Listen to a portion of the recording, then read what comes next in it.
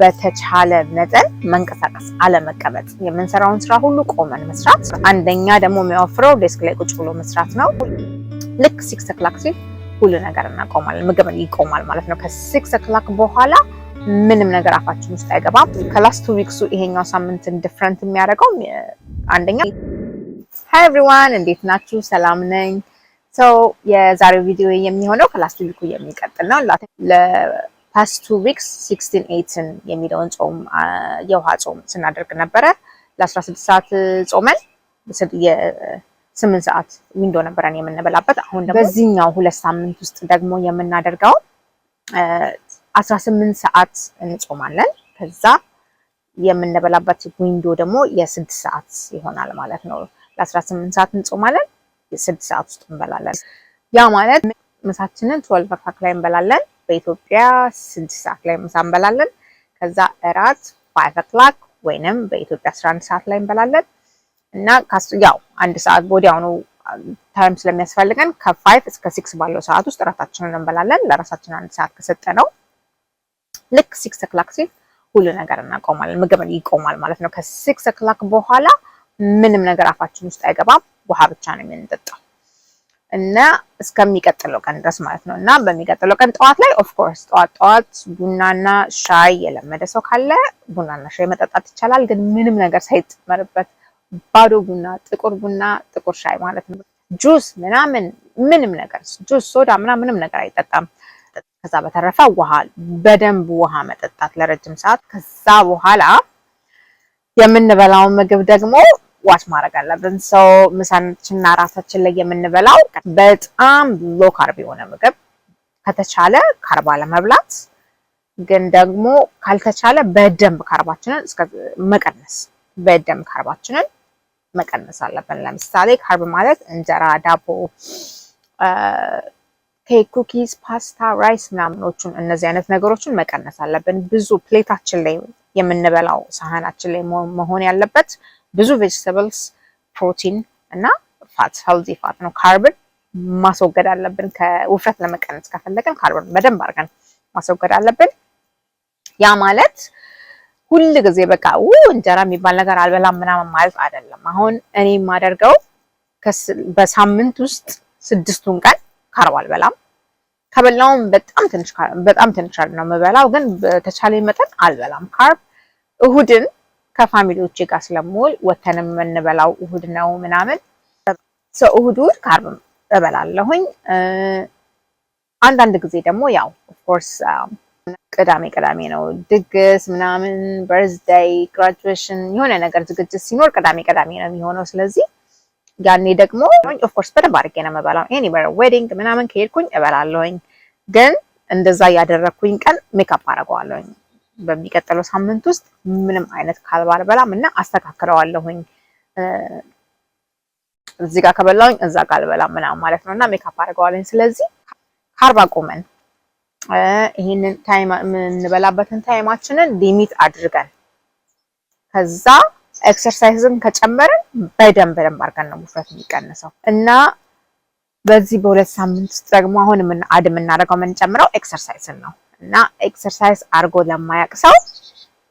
በዋክ መጀመር በቀን ሚኒመም በትንሹ 1 ሰዓት ዋክ ማድረግ አለብን እና 1 ሰዓት ዋክ ማድረግ ይከብዳችሁ ምናምን ከሆነ በ30 ደቂቃ ከፋፍሎ ጠዋት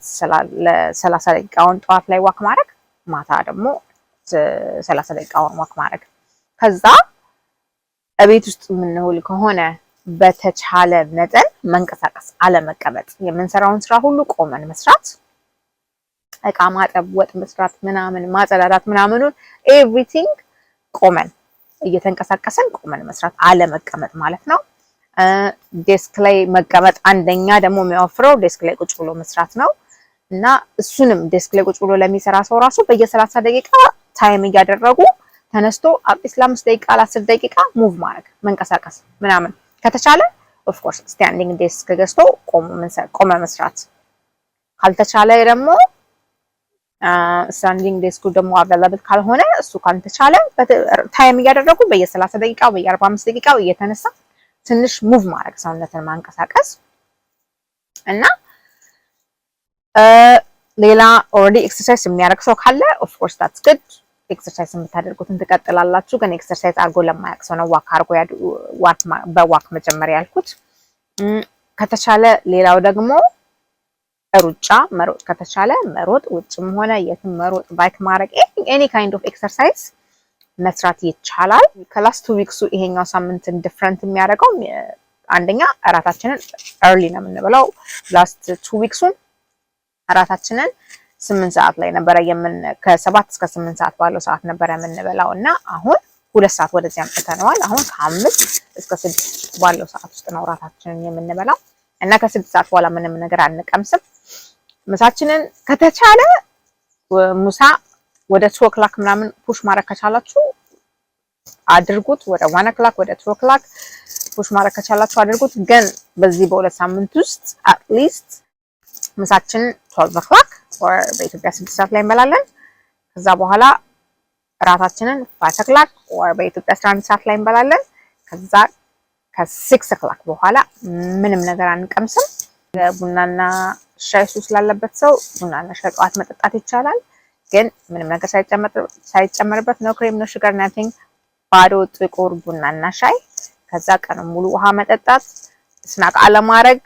ኢን ቢትዊን ምንም አይነት ስናክ አለማድረግ። በፊዲንግ ዊንዶው ውስጥ ባለን በዛ በ6 ሰዓት ውስጥ 6 ሰዓቱን ሙሉ መብላት አለብኝ ማለት አይደለም። እና በቃ ምግባችንን በደንብ ከቀነስን ሙቭመንታችንን ከጨመረን ኤክሰርሳይዝ ማድረጉን ዋክ ማድረጉን ምናምኑን መዟዟሩን ምናምን እሱን ከተጨመረ በደንብ እና ካርብ ካቆመን ካርብ ከቀነስን በደንብ ተደርጎ ነው ውፍረት የሚቀነሰው። እና በሳምንት አንድ ጊዜ something to look forward ራሱ በቃ ሰንደይን አሁን እኔ የማደርገው ሰንደይን ነው። በሳምንት አንድ ቀን ካርብ መብላት የፈለኩትን እንጀራውንም ሆነ ኬኩንም ሳላበዛ ማለት ነው ሳይበዛ በትንሹ የሚያምራችሁን ነገር ለአንድ ቀን በሳምንት አንድ ቀን መብላት። ከዛ 6ቱን ቀን እንደዚህ በደንብ ዲሲፕሊን የሆነ ዳየት ውስጥ መግባትና ይሄንን ላይፍ ስታይል መከተል። ከዛ በኋላ እና ይሄኛው ከተመቻችሁ በቃ አሁን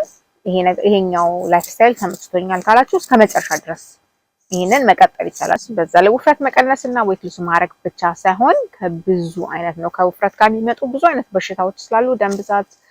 የስኳር በሽታ ምናምን ብዙ አይነት በሽታዎች አሉ ከውፍረት ጋር አብረው የሚመጡ እነሱን ሁሉ ትቀንሳላችሁ ማለት ነው። እና ሄልዚ ላይፍ ስታይል ነው። ይሄን ላይፍ ስታይል ተከተሉት። በሚቀጥለው ቪዲዮ እስከምንገናኝ ድረስ ቴንክ ዩ ሶ ማች በጣም አመሰግናለሁ። ፕሊዝ ላይክ፣ ሰብስክራይብ እና ሼር ማድረግ እንዳትረሱ። ቪዲዮውን ጥያቄ ካላችሁ ኮሜንት ላይ ጻፉልኝ። ቴንክ ዩ ሶ ማች በጣም አመሰግናለሁ ከኔ ጋር ስለቆያችሁ። ባይ